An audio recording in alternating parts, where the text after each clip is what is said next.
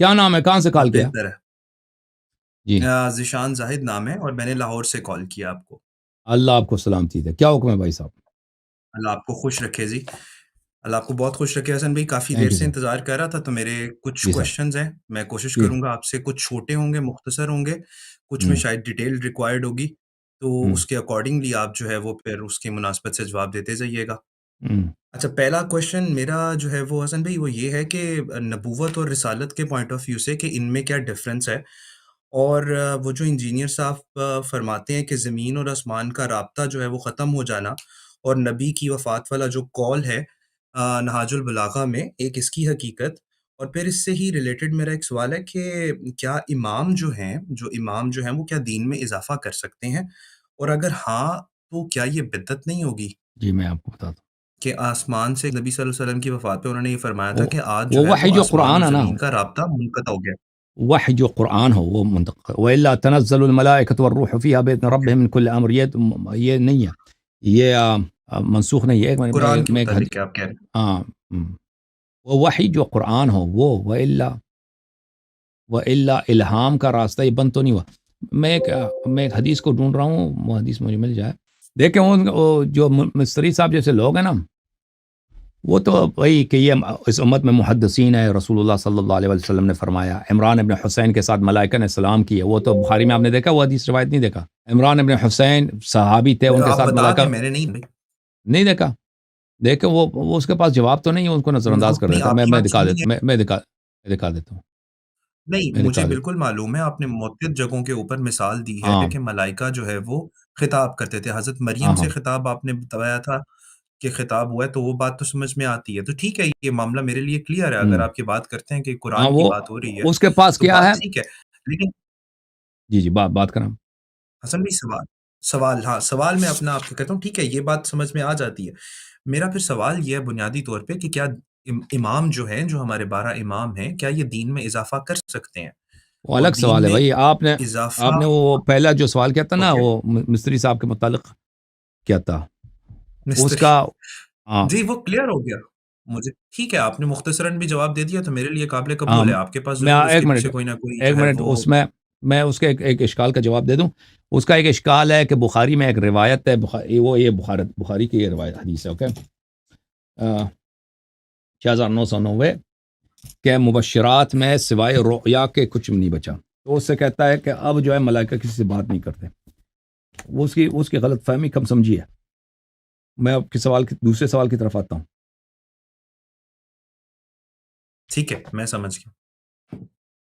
وہ یہ انجینئر صاحب کو حدیث ہے، کافی چیزوں میں ہم نے ایسا پایا ہے جی، یہ کتاب ہے مطلب جہاں بخاری، پہ ان کو غلط فہمی ہے، جی بخاری اوکے، چاپ دار احیاء تراث العربی، یہاں پر حدیث نمبر ہے 6990، یہ ہے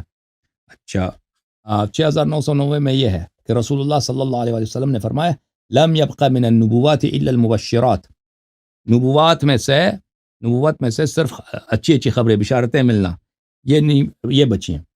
وما المبشرات، مبشرات کیا الرؤیا الصالحہ، صرف رؤیا صالحہ ہے۔ تو اس کی روح سے وہ کہتے ہیں کہ بھئی ملائکہ سے گفتگو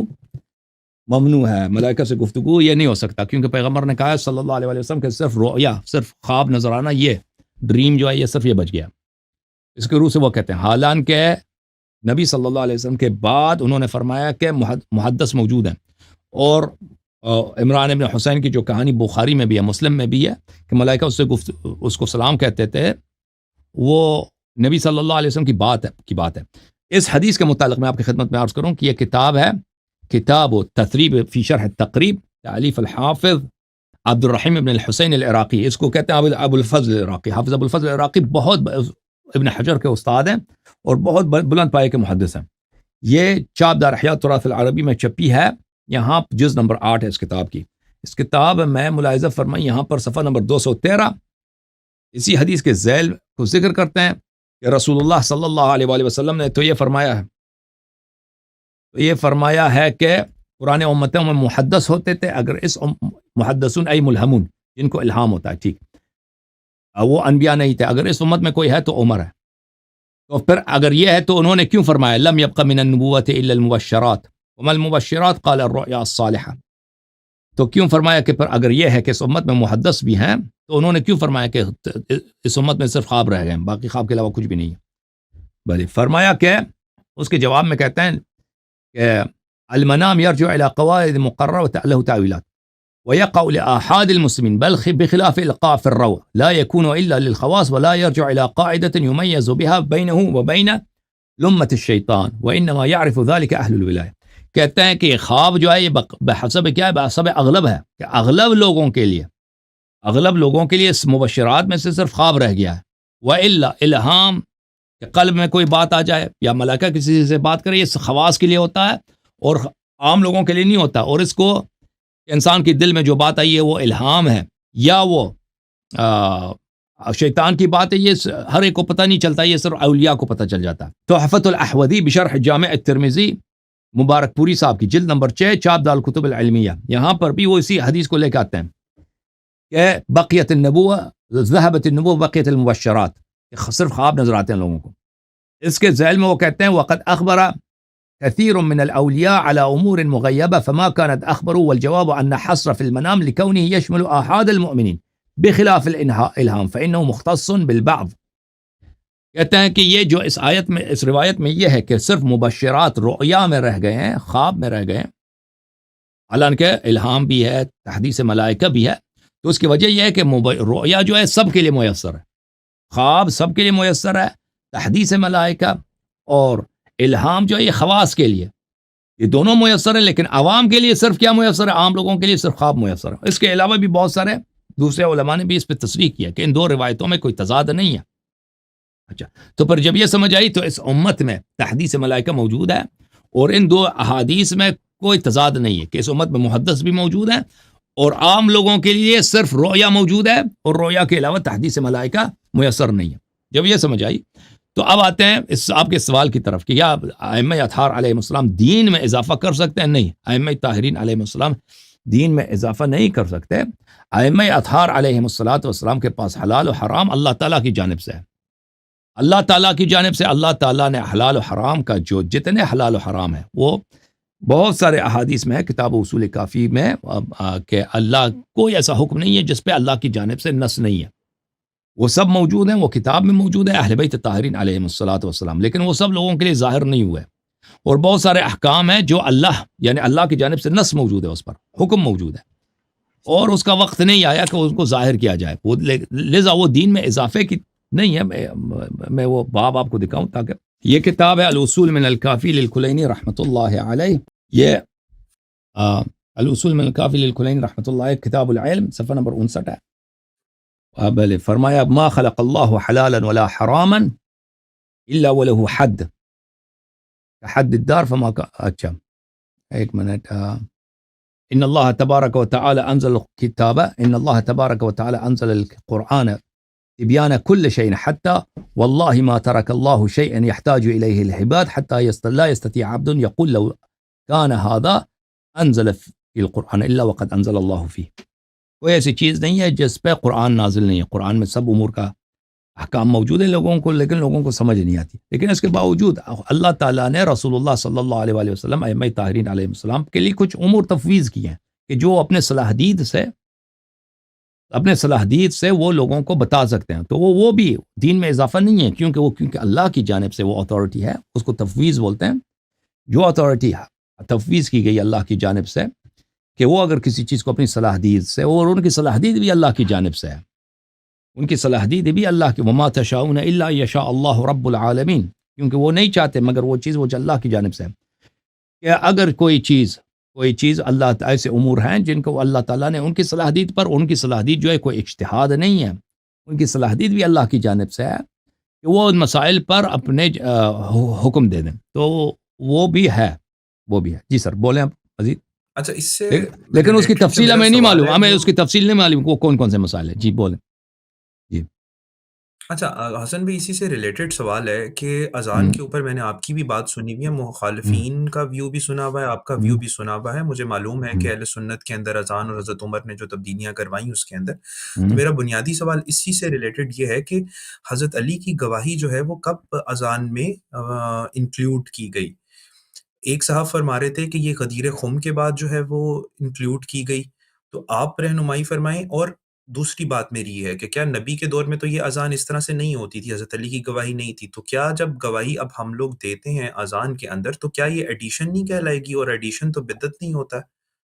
یہ تو اسی سے ریلیٹڈ ایک عرض یہ سوال ہے۔ ہے کہ جو مشہور روایات ہیں اذان کے البتہ ہمارے پاس کوئی روایت نہیں ہے یہ کب اذان کا جز بنا ہے، تو شہادت ثالثہ یہ کوئی حدیث نہیں کہ ہم کہہ دیں یہ کب ہوا ہے، ٹھیک ہے نا؟ جو مشہور احادیث ہیں ٹھیک ہے۔ اذان کے، اس میں الفاظ آئے ہیں، اس میں یہ ذکر نہیں ہے، شہادت ثالثہ اذان میں مذکور نہیں، غیر مشہور احادیث میں مذکور ہیں کہ اذان کا جز تھا۔ لیکن رسول پاک صلی اللہ علیہ وآلہ وسلم کے زمانے میں وقت ایسا تھا کہ پیغمبر صلی اللہ علیہ وآلہ وسلم خود غدیر خم پہ وہ بہت ہچکچا رہے تھے مولا امیر المومنین علیہ السلام کی امامت کا اعلان کرتے ہوئے، اسی لیے اللہ نے کہا ان لن تفعل فما بلغت رسالتہ، اگر تو یہ کام نہیں کرے گا تو اللہ تجھے عذاب کرے گا، واللہ یعصمک من الناس، اللہ تجھے بچائے گا، لوگوں سے حفاظت فرمائے گا۔ اور پیغمبر صلی اللہ علیہ وسلم کو ڈر تھا کہ لوگ میری تکذیب کریں گے، یہ بہت ساری احادیث روایات میں موجود ہیں۔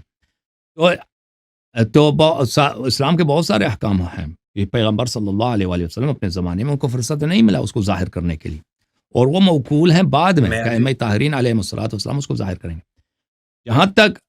شہادت ثالثہ کا تعلق ہے، غیر معروف غیر مشہور احادیث میں اس کا ذکر ہے کہ اذان میں اشہد ان علی ولی اللہ کہنی چاہیے، لیکن وہ مشہور معروف نہیں ہے، اور علماء نے ان کو روایت نہیں کیا ہے۔ شیخ توسی رحمۃ اللہ علیہ نے اس کی طرف اشارہ کیا ہے، فرمایا کہ ایسے روایات ہیں لیکن ہم اس پہ عمل نہیں کرتے، لیکن اس روایات کے انہوں نے الفاظ نقل نہیں کیا، لیکن اس کے لیے یہ کوئی وہ جو مشہور قول ہے علماء کا کہ آپ اذان کہتے وقت یہ نیت نہ کریں کہ اذان کے الفاظ ہیں، بلکہ یہ کہتے ہیں مستحب ذکر ہے، ایک مستحب ذکر ہے جو اللہ کو پسند ہے، اور حضرت امام جعفر صادق علیہ السلام کا حکم ہے کہ جب تم اشہد ان محمد رسول اللہ کہہ دو تو کہہ دو اشہد ان علی ولی اللہ، تو یہ ہر صورت میں اس کی استحباب ثابت ہو جاتی ہے کہ ہر حال، چاہے وضو ہو، معاف کیجیے، چاہے اذان ہو، چاہے تشہد ہے، چاہے آپ کسی بھی وقت اشہد ان محمد رسول اللہ کہتے ہیں تو مستحب ہے کہ انسان اشہد ان علی ولی اللہ کہہ دے، تو یہ تو ایک عام حکم ہے، تو یہ اذان کو بھی سپرسیڈ کر لیتا ہے، اذان میں بھی آ جاتا ہے، تو اس کے لیے ہمارے پاس نص موجود ہے، تو ہم بالکل نص کے روح سے اذان میں اشہد ان علی ولی اللہ کہتے ہیں، وہ میں نے نص دکھا دی، اگر آپ چاہیں تو میں دوبارہ دکھا دوں۔ نہیں حسن بھی دوبارہ دکھانے کی ضرورت نہیں ہے، لیکن سوال یہ ہے کہ کیا یہ پھر ایڈیشن ہی نہیں ہو گیا؟ مطلب آپ نے یہ بات کی کہ نبی صلی اللہ علیہ وسلم کے بعد جو ہے وہ 12 امام ہیں جو رائٹ رکھتے ہیں فتوا دینے کا، ٹھیک ہوگی بات، لیکن اب یہ چیز انہوں نے آرڈر، مطلب جس طرح امام جعفر نے کہہ دیا، آپ نے بیان کیا، تو اس کا مطلب ہے یہ ایڈ ہو گئی، یہ دین میں ایڈیشن کہلائے گا، یہ اس کو آپ نہیں کیسے دیکھتے ہیں؟ ایڈیشن ہی نہیں، جب ہمارے پاس یہ عقیدہ ہے کہ ائمہ طاہرین علیہم الصلاۃ والسلام جو کچھ کہتے ہیں وہ اللہ کے حکم سے کہتے ہیں، تو دین میں ایڈیشن کیوں؟ ایڈیشن اگر ہم ایڈیشن کریں تو دین میں ایڈیشن ہوگی نا، ہم اگر کریں، ابھی میں آپ کے سامنے بیٹھا ہوں نا، میں اب کہتا ہوں کہ میرا نام بھی اذان میں داخل کر دوں، کہتا ہوں میں حسن اللہ یاری ہوں، میں نے اتنا آپ کو سکھایا، اب آپ جو ہے نا برائے مہربانی میری نام کو بھی اذان میں داخل کر دیں، تو لازمی بات یہ ایڈیشن ہے۔ لیکن جب امام جعفر صادق علیہ السلام فرماتے ہیں، کتاب احتجاج ہے جزء اول یہاں پر صفحہ نمبر 158، کہ جب تم فَإِذَا قَالَ أَحَدُكُمْ لَا إِلَهَ إِلَّا اللَّهُ مُحَمَّدٌ رَّسُولُ اللَّهِ فَلْيَقُلْ عَلِيٌّ أَمِيرُ الْمُؤْمِنِينَ، تم یہ کہہ دو کہ جب تم لا الہ الا اللہ محمد رسول اللہ کہتے ہو تو علی امیر المؤمنین علیہ السلام بھی کہا کرو، تو اگر کوئی یہ کہتے یہ تو نص کے مطابق، اب امام علیہ السلام نے کیوں اضافہ کیا؟ نہیں، امام علیہ الصلوۃ والسلام کیونکہ معصوم ہے، وہ میں اللہ کی جانب سے بولتا ہے، اس کے پاس وہ علوم ہے جو ہمارے پاس نہیں پہنچے ہیں، وہ نبی صلی اللہ علیہ وسلم کے احکام کا ذخیرہ ہے، تو یہ کیسے انہوں نے ایڈیشن کیا؟ یہ ایڈیشن ہی نہیں ہے، ان کے پاس وہی اتھارٹی ہے جو رسول اللہ صلی اللہ علیہ وسلم کے پاس ہے، ٹھیک ہے نا؟ بہت سارے پیغمبر کے حلال و حرام ہے ٹھیک جو ان ہے، کے پاس ہے جو ہمارے پاس نہیں ہے، اوکے؟ نہیں جب آخری بات سمجھ نہیں آئی، سارے پیغمبر کے پیغمبر کے علوم، رسول اللہ صلی اللہ علیہ وسلم کے علوم اہل بیت علیہ السلام کے پاس ہے، ہمارے پاس نہیں ہے، ٹھیک ہے نا؟ وہ معصوم ہے، اچھا اس لیے اگر وہ کچھ کہتے ہیں کہ اس اوکے طرح کرو تو یہ پیغمبر کا حکم ہے، یہ اللہ کا حکم ہے، یہ دین میں ایڈیشن نہیں ہے۔ ٹھیک ہے حسن بھی اسی حدیث ثقلین کی غدیر خم کی، تو غدیر خم کے حوالے سے مجھے یہ بتائیں کہ کیا یہ جو غدیر خم کا آخری خطبہ ہے یہ پورا پڑھ کے مجھے سنا سکتے ہیں آپ؟ یہ مجھے ملا نہیں، یا تو مجھے اس کا ریفرنس دے دیں۔ کتاب اور سلیم میں موجود ہے، کتاب سلیم میں موجود ہے، بہت سارے خطبہ غدیر بہت ساری کتابوں، کتاب کمال الدین میں ہے، سلیم میں ہے، خطبہ موجود ہے حضرت رسول صلی اللہ علیہ وسلم کا خطبہ غدیر۔ اچھا، اب اس میں یہ کیونکہ میں یہ مطلب کتاب امید کرتا ہوں احتجاج کہ یہ میں بھی ہے، کافی لمبا خطبہ احتجاج تبرسی میں ٹھیک بھی ہے، خطبہ غدیر ہے. بس آپ نے ایک بتا دیا، میں اس میں ڈھونڈنے کی کوشش کروں گا، کتاب سلیم میں آپ نے مجھے بتایا مجھے، اور کیا اسی میں جو ہے وہ حضور صلی اللہ علیہ وآلہ وسلم نے فرمایا تھا کہ آج دین تم پہ مکمل ہو گیا؟ جی ہاں، جی ہاں، بالکل بالکل اسی حدیث میں موجود ہے. اسی قرآن میں بھی ہیں کہ آج دین تم پہ مکمل کر دیا گیا، یہ اسی الیوم، غدیر خم کے بعد یہ آیت بنی تھی اگر میں غلط نہیں جی ہوں؟ بالکل بالکل بالکل. اور کتنی دیر پہلے کا واقعہ ہے حضور صلی اللہ علیہ وسلم کی وفات سے یہ غدیر خم تو کا؟ 18 ذی الحجہ کو غدیر خم ہے. اصل الیوم اکملت لکم دینکم عرفات میں نازل ہوئی ہے نا، عرفات میں نازل ہوئی ہے، لیکن اس سے مراد یہ تھا غدیر خم کے دن کے اس کی قرات کرنے تھی. غدیر خم میں دوبارہ نازل ہوگی کیونکہ تکرار فی النزول ہوتا ہے. تو یہ 18 ذی الحجہ کو نبی صلی اللہ علیہ وسلم نے غدیر خم کا خطبہ دیا ہے. پھر اس کے بعد محرم کا مہینہ ہے، پھر 28 سفر کو ان کی وفات ہے، یعنی ان کے وفات سے تقریباً 70 دن پہلے، ان کی شہادت سے 70 دن پہلے لگ بھگ. ٹھیک ہے حسن بھی، میرے اس کے بعد بھی جو ہے وہ کوشچنز ہیں، میں کوئکلی کرتا جاتا ہوں تاکہ آپ بے شک جی جی مختصراً جس طرح میں نے شروع میں بتایا تھا جی جواب دے دیجیے گا جتنا آپ کے پاس ٹائم ہوا. اب اس میں ایک یہ سوال ہے میرا بنیادی طور پہ کہ انسان،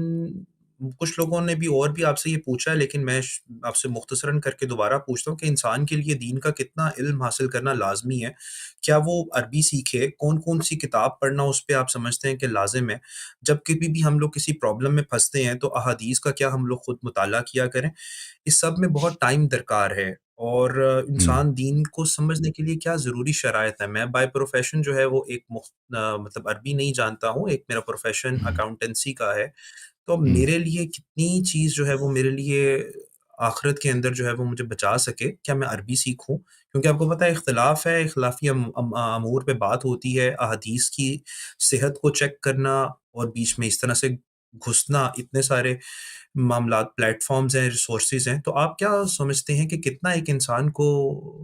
علم حاصل کر لینا چاہیے کہ آخرت میں بچت ہو جائے؟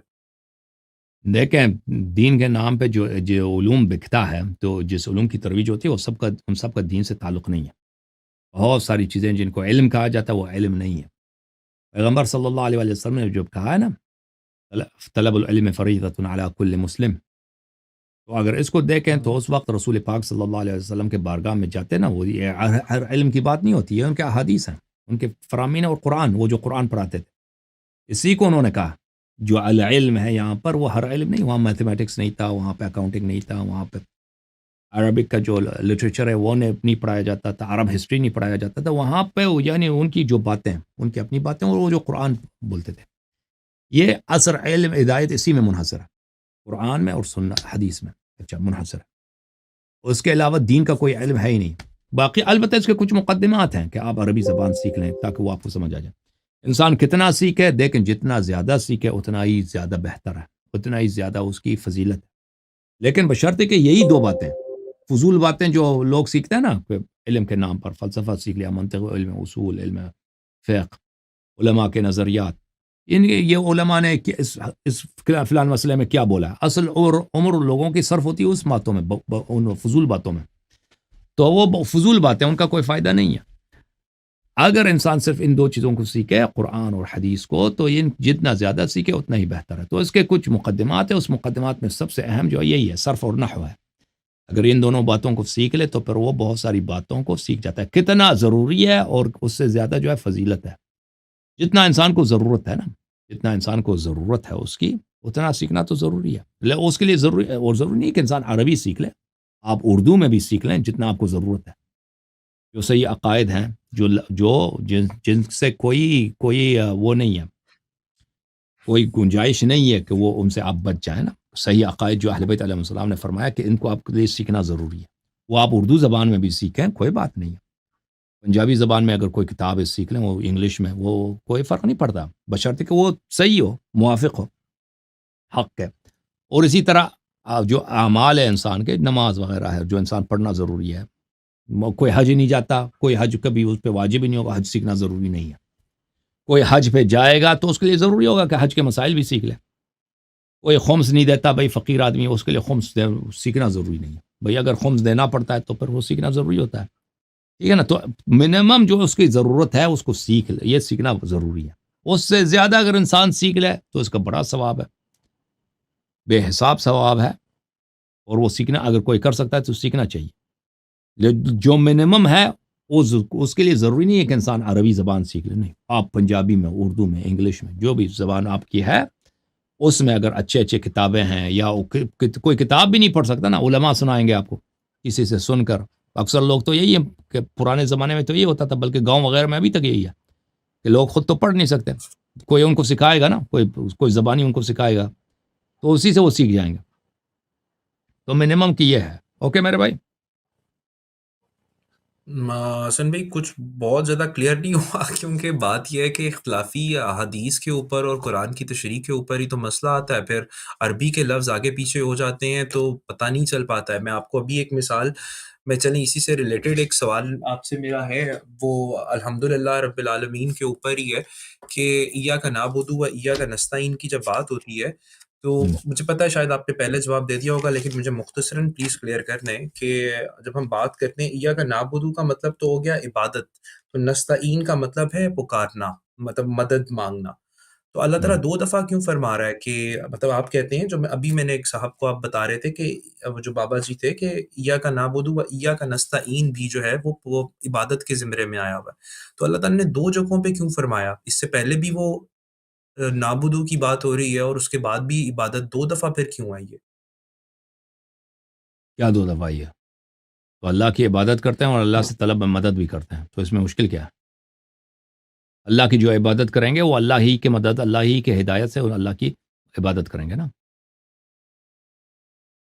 اور اللہ ہی سے اور تجھی سے مدد مانگتے ہیں. وہ میرا ایک تقریر ہے اسی ویب سائٹ پہ, اسی چینل پہ دیکھ لیں, ایاک نعبد ایاک نستعین پر, اس میں دیکھ لیں, اس میں بہت سارے شبہ کا میں نے ٹھیک ہے بیان حسن کیا, بھائی, ہاں یہ اس کو آپ نے دیکھ لیں. پہلے جو ہے وہ ایکسپلین کیا, ویسے میں ادھر زیادہ دیکھیں ٹائم نہیں لگاتا ہوں. اختلافی مسائل میں جو کوئی دیکھیں, اختلافی مسائل شبہات, دیکھیں شبہات کو جاننا ضروری نہیں ہے. دیکھیں میں نے عرض کیا منیمم جو واجب ہے نا, کم از کم جو واجب ہے وہی جس کی ریکوائرمنٹ ہے. اس کے بغیر انسان جہنمی بن جائے. جس کو نماز ہی نہیں آتا, وضو ہی نہیں آتا, وہ تو جہنمی ہے بھائی. جو منیمم واجب ہے بھائی وہ کم چیز, مختصر چیز ہے. اللہ ایک ہے, اللہ کی یہ صفات ہے, نبی صلی اللہ علیہ وسلم کی یہ صفات ہے, 12 امام ہیں ان کی یہ صفات ہے. یہ چیزیں واجب ہیں, منیمم ہے کہ ہر انسان کو ماننا چاہیے. اب شبہ جو ہے نا, شبہ سننا ضروری نہیں ہے کہ کوئی شبہ ڈالتا ہے آپ اس کو جا کے سن لیں تاکہ آپ کے دل میں شک پڑے, پھر اس کا جواب ڈھونڈنا آپ کو پڑے. یہ کوئی ضروری نہیں انسان شبہات سن لے. لیکن اگر کوئی شخص شبہ سن لیتا ہے, اس کو تسلی نہیں ہوتی, اس شبہ کا جواب وہ تلاش کر لیتا ہے, یا اس کے لیے بھی ضروری نہیں ہے کہ انسان عالم بن جائے. آپ کسی عالم سے پوچھ لیں نا, کوئی اچھا عالم, وہ اگر تسلی بخش جواب دیتا ہے تو وہی ہے, بالکل صحیح ہے. وہ کوئی ضروری نہیں ہے, وہ نہ عقلاً نہ شرعاً کہ آپ اس کے علاوہ اس کے بعد پہ تسلی نہ کریں, آپ جا کے کیا کریں, کوئی تحقیق. اگر وہ غلط جواب دے دیتا ہے تو آپ کو یا آپ کی تسلی نہیں ہوتی, تو بلا شک آپ دوسرے عالم سے پوچھیں یا کسی کتاب میں دیکھ لیں. یہ اختلافی مسائل پہ عبور حاصل کرنا یہ کوئی واجب ضروری, یہ ریکوائرمنٹ نہیں ہے. اگر کوئی کرنا چاہے تو بسم اللہ کر لے, ٹھیک ہے نا. منیمم وہی ہے جو میں نے عرض کیا آپ کی خدمت میں, منیمم جس کم از کم جس سے کوئی گریز نہیں ہے, جو لابد لاچار ہیں آپ, کہ آپ اس کو سیکھ لیں. اس کو آپ پنجابی میں بھی سیکھ سکتے ہیں, اردو میں بھی سیکھ سکتے ہیں, وہ ضروری ہے. جو واجبات ہیں, جو عام روزانہ چیزیں آپ کو پیش آتی ہیں, حلال و حرام کے مسائل, وہ سیکھنا, اور بنیادی عقائد سیکھنا. اس کے علاوہ مزید سیکھنا چاہیں بسم اللہ سیکھ لیں. ٹھیک ہے حسن بھی, آگے موو کرتا ہوں. آخرت کے مطلب میں کیونکہ سنی بیک گراؤنڈ سے ہوں, ٹھیک ہے, میں ادھر ہمیشہ سے سنی بیک گراؤنڈ میں بڑا ہوا ہوں. ہمارے یہاں پہ ایک بات ہمیشہ بتائی جاتی ہے کہ بھئی آخرت کے سوال جو ہے نا کہ فلاں نے فلاں سے جنگ کی تو اب تم بتاؤ کون حق پہ تھا, یہ سوال تم سے آخرت میں نہیں ہونا ہے. تو قرآن سے مجھے ریفرنس دے کے وہ سوالات آپ سامنے رکھیں کہ جو اللہ تعالیٰ ہم سے پوچھے گا. قرآن سے تو حدیث سے اگر دکھائیں تو کیا ہوتا ہے نا. دیکھیں جب رسول اللہ صلی اللہ علیہ وسلم نے بتا دیا کہ انی تارک فیکم من ان اخذتم به لن تضلوا بعدی ابدا, کتاب اللہ و عترتی اہل بیتی, کہ میں تمہارے درمیان چھوڑ کے جا رہا ہوں وہ جس کو اگر تم اس کی اتباع کرو گے کبھی گمراہ نہ ہو جاؤ گے. اور وہ قرآن اور اہل بیت علیہم السلام ہے. تو ہر انسان کو پتہ ہے کہ دین میں اختلافات ہیں, اور یہ سب فرقے جہنمی ہیں سوائے ایک فرقے کے. تو انسان کو پتہ چل جاتا ہے وہی فرقہ جو قرآن اور اہل بیت علیہ السلام کی اتباع کرتا ہے, صرف وہی اہل نجات ہیں, ٹھیک ہے نا. تو اب قیامت کے دن ہر عمل کا حساب لیا جائے گا, اہل بیت علیہم السلام کا حساب لیا جائے گا. اس آیت کے ذیل میں آپ کی خدمت میں عرض کروں وقفوہم انہم مسئولون بھلے اور آیہ شریفہ ہے، میں آپ کو آیت دکھا دوں، قفوہم انہم مسئولون، اور حدیث بھی دکھا دوں۔ یہاں پہ جتنی بھی ڈسکشن حسن بھائی شروع ہوتی ہیں ہماری یہیں پہ ختم کر دی جاتی ہیں کہ بھئی آخرت میں سوال نہیں ہونا کہ فلانے نے فلانے کے ساتھ جنگ کی تو ان کا آپسی معاملہ ہے، وہ نبٹتے رہیں گے، نہیں تم جس اپنی کے آخرت کیوں برباد کرتے ہو؟ ہم، میں نے سنا ہے دراصل صحیح، تو ایک منٹ میں نے کہا آپ میں ذرا آپ کو ایک منٹ میں کتاب لے کے آؤں، ایک ایسا منٹ۔ جواب دیں۔ یہ کتاب ہے میرے بھائی البرہان فی تفسیر القرآن، سید ہاشم بحرانی رحمۃ اللہ علیہ کی البرہان فی تفسیر القرآن المجید، جلد نمبر 6، چھاپ مؤسسۃ العالمی للمطبوعات۔ یہاں پر سورہ مبارکہ صافات ہے، سورہ صافات، اعوذ باللہ من الشیطان الرجیم، سورہ صافات کی آیت نمبر 24 ہے، وقفوہم انہم مسئولون، وقفوہم انہم مسئولون، ان کو روک دو، ان کو روک دیں، ان سے سوال کرنا ہے۔ اس آیت کے ذیل میں بہت سارے احادیث ہیں، وقفوہم انہم مسئولون، مثلا یہ حدیث ابو سعید خدری رضی اللہ عنہ نبی صلی اللہ علیہ وآلہ وسلم سے روایت کرتے ہیں، وقفوہم عن النبی صلی اللہ علیہ وآلہ، وقفوہم انہم مسئولون قال عن ولایت علی علیہ السلام ما صنعوا فی امری، اللہ ان سے سوال کرے گا ولایت علی علیہ السلام کے متعلق کہ اس کے متعلق ان لوگوں نے کیا کیا، وقد اعلمہم اللہ عز وجل انہ الخلیفہ من بعد رسولہ صلی اللہ علیہ وآلہ، اللہ نے خبردار کیا تھا کہ رسول صلی اللہ علیہ وسلم کے بعد خلیفہ کون ہے؟ امیر المؤمنین علیہ السلام ہے۔ اچھا، اس کے متعلق بہت ساری یہ روایتیں نقل کرتے ہیں، مخالفین سے بھی نقل کرتے ہیں، جماعت مخالف سے ومن طریق المخالفین، یہ کتاب ہے موافق ابن احمد بلی، یہاں پہ روایت کرتے ہیں وقفوہم انہم مسئولون یعنی عن ولایت علی علیہ الصلوۃ والسلام، وعن ابن شیرویہ، یہ عن طریق المخالفین، یہ بھی ان کی طریق سے ہے۔ ابی سعید خدری نے نبی صلی اللہ علیہ وسلم وقفوہم انہم مسئولون عن ولایت علی علیہ الصلوۃ والسلام، اور حبری نے اپنی کتاب میں ابن عباس سے بھی یہی نقل کیا۔ اچھا، کتاب مناقب احمد ابن موافق خوارزمی، اس کی کتاب ہمارے پاس، وہ عام کتاب انٹرنیٹ پہ بھی آپ کو مل جائے گا، ہمارے پاس موجود ہے۔ اس نے روایت کی ہے کہ رسول اللہ صلی اللہ علیہ وسلم نے فرمایا لا تزول قدم عبد یوم القیامہ حتی یسألہ اللہ تبارک و تعالی، اللہ تعالیٰ روز قیامت انسان کا قدم اٹھتا نہیں ہے مگر اللہ تعالیٰ پوچھتا ہے ان سوالوں سے، عن عمرہ فیما افنا، اس نے اپنے عمر کو کس میں صرف کیا، وعن جسدہ فیما ابلا، اور اپنے بدن کو کس بات میں اس نے بوڑھا کر دیا، ضعیف کر دیا، وعن مالہ مما کسبہ، اور اپنے مال کو کس امر میں کسب کیا ہے، کس طریقے سے کسب کیا، وفیما انفق، اور کہاں پہ صرف کیا، وعن حبنا اہل البیت علیہم السلام، اور ہمارے اہل بیت علیہ السلام کی محبت سے۔ فقال عمر بن الخطاب فما آیت حبکم من بعدک، عمر نے پوچھا کہ آپ کی حب کی، محبت کی نشانی آپ کے بعد کیا ہے؟ تو انہوں نے جواب دیا وضع یدہ علی رأس علی علیہ السلام، اپنے ہاتھ کو امیر المؤمنین علیہ السلام کے سر پہ رکھا ہے، وہو الی جانبہ، وہ ساتھ بیٹھے تھے۔ ان آیت حبی من بعدی، میری محبت کی نشانی، میرے بعد کہ کوئی مجھ سے محبت کرتا ہے اس کی نشانی یہ ہے، حب ہذا، اس شخص کی محبت جس کے سر پہ میں نے ہاتھ رکھا ہے، وطاعتہ طاعتی ومخالفتہ مخالفتی، اس کی طاعت میری طاعت ہے، اس کی مخالفت میری مخالفت ہے۔ اور پھر ثعلبی نے اپنے تفسیر، ثعلبی تفسیر میں ہمارے پاس موجود ہے، اس نے مجاہد ابن عباس سے یہی روایت کیا، اوکے، اور پھر اس نے ابن عباس سے پھر روایت کی یہی، اوکے، کہ پوچھا جائے گا۔ حسن بھائی جی، یہ جو آپ نے ابھی پڑھی ہے، یہ جو آخری آپ نے عبارت پڑھی ہے، یہ آپ نے مخالف مطلب اہل سنت کی کتب سے پڑھی ہے، حوالہ دے کے پڑھی ہے؟ یہ شیعہ کتاب ہے، لیکن اس شیعہ کتاب وہ حوالہ دے رہا ہے مخالفین کے کتاب کا، ٹھیک ہے نا؟ تو 3-4 احادیث اس نے اور آخر میں جو مخالفین نقل کی کیا، کتاب ان کے لیے، ہاں ہاں، جی، وہ کون سی کتاب ہے مخالفین کی؟ میں نے نام دیا، نام پڑھیے دوبارہ، نام آپ ریپلے سوری کر لیں، میں جو لوگ معذرت ریپلے کریں گے وہ آ جائے گا، نام آ ٹھیک جائے ہے، گا، ابن شیروی ہے، بالکل احمد ٹھیک ابن ہو، موفق ہے، ثعلبی ہے، کتابیں کا نام وہاں پہ دیا تھا، میں نے ذکر کیا۔ مختلف جگہوں پہ ہے، ہمیں یہ بات مل جاتی ہے، ٹھیک ہو گیا۔ تو حسن بھی اس سے جو میرا نیکسٹ کوشچن ہے اس کے لیے تھوڑا سا مجھے ہائپوتھیٹیکل سچویشن آپ کو دینی پڑے گی، وہ ہے گفٹ سے ریلیٹڈ، کہ ایک ہوں، انسان گفٹ کے لیے جو ہے وہ اپنی کتنی جائیداد یا رقم جو ہے وہ دے سکتا ہے آگے کسی کو۔ اس کے اندر اہل سنت کے ہاں دو مختلف روایات ملتی ہیں، وہ بھی میں آپ کو بتا دیتا ہوں۔ اس سے پہلے ہائپوتھیٹیکل سچویشن آپ کو یہ بتا دیتا ہوں۔ ایک شخص ہے، آپ تھوڑا سا ذرا غور کیجیے گا،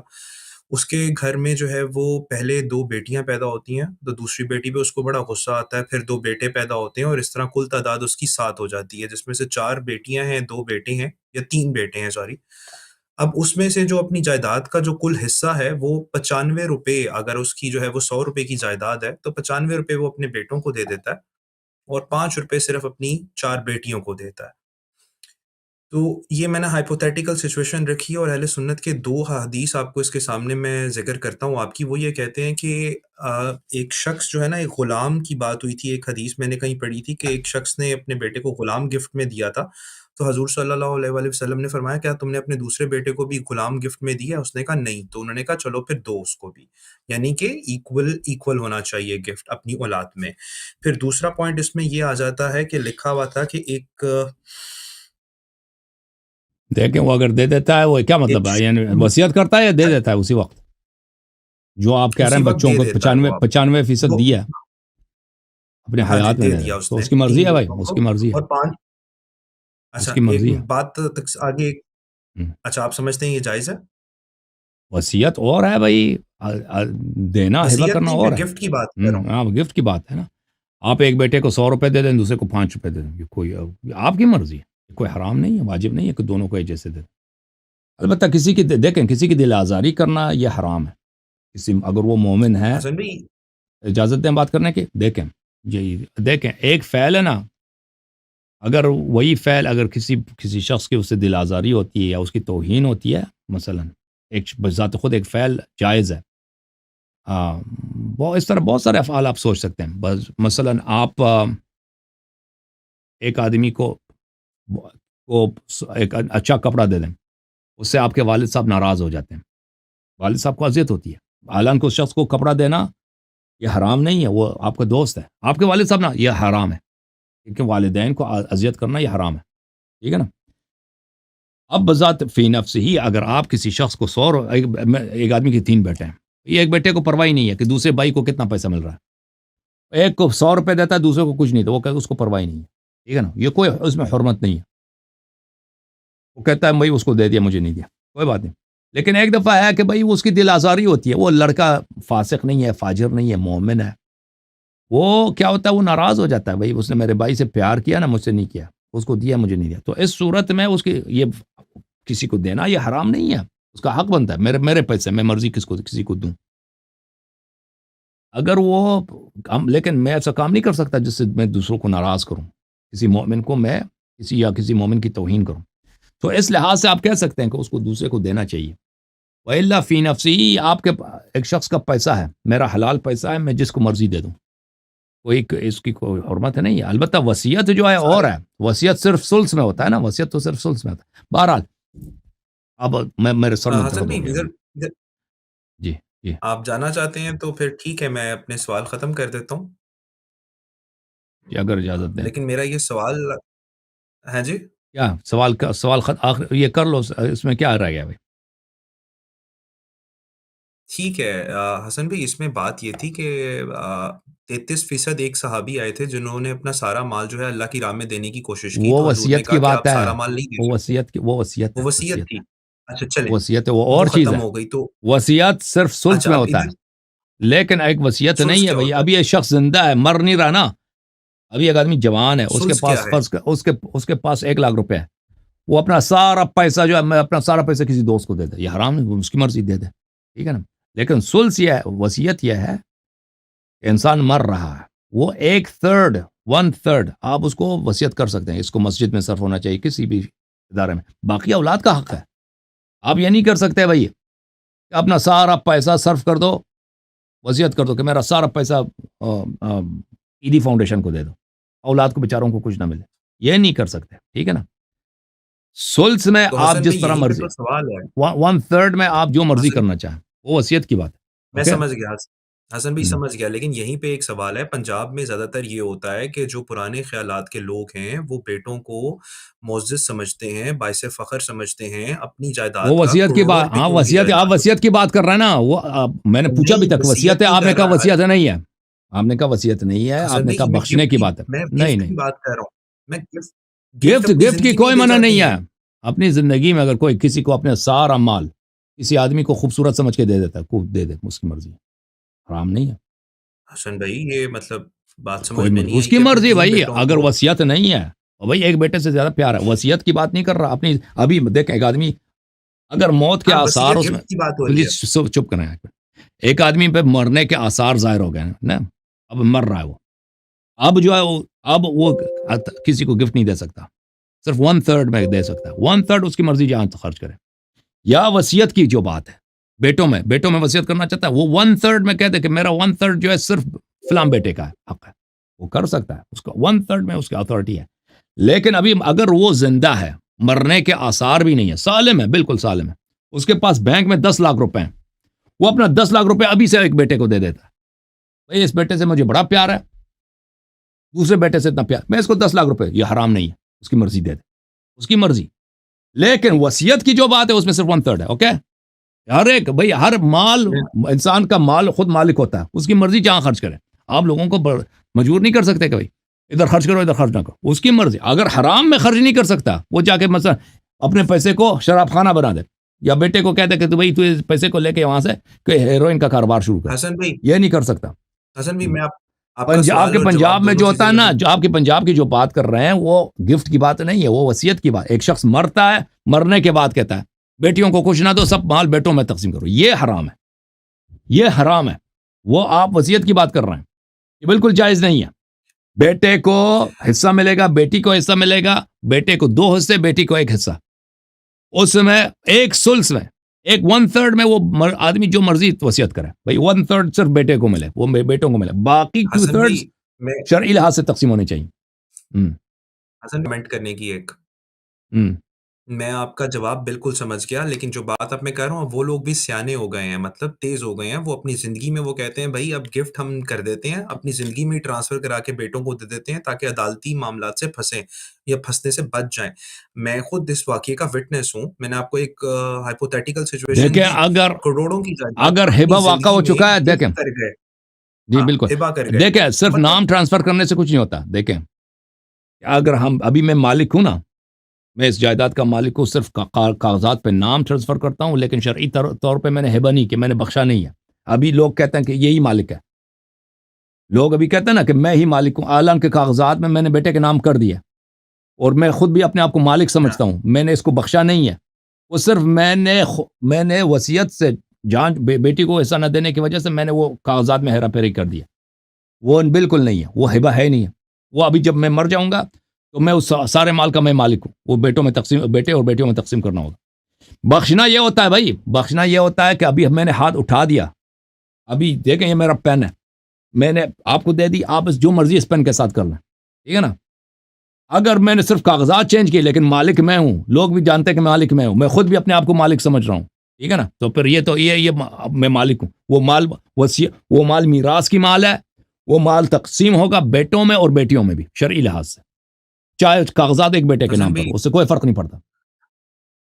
اب معاملہ کلیئر ہوا، اب آپ کی ہوں آخری مثال سے مجھے ہوں معاملہ کلیئر ہوا، ہاں ہوں تو پھر اس کیس کے اندر پھر وہ معاملہ ٹھیک نہیں ہے جو یہ لوگ کرتے ہیں ایسا، اپنی زندگی میں گفٹ دے جاتے ہیں صرف اسی نیت سے کہ بھائی مطلب وہ ہمارے مرنے کے بعد ہمارے بیٹے استعمال کریں، بیٹیاں نہ کریں، تو ہوں ثابت ہو گیا کہ وہ مال ان کے لیے وہ جائز تقسیم ہوئی نہیں جب تک انہوں نے ملکیت ٹرانسفر نہیں کی۔ ملکیت شرعی لحاظ سے یعنی واقعاً بیٹا اس کا مالک بنے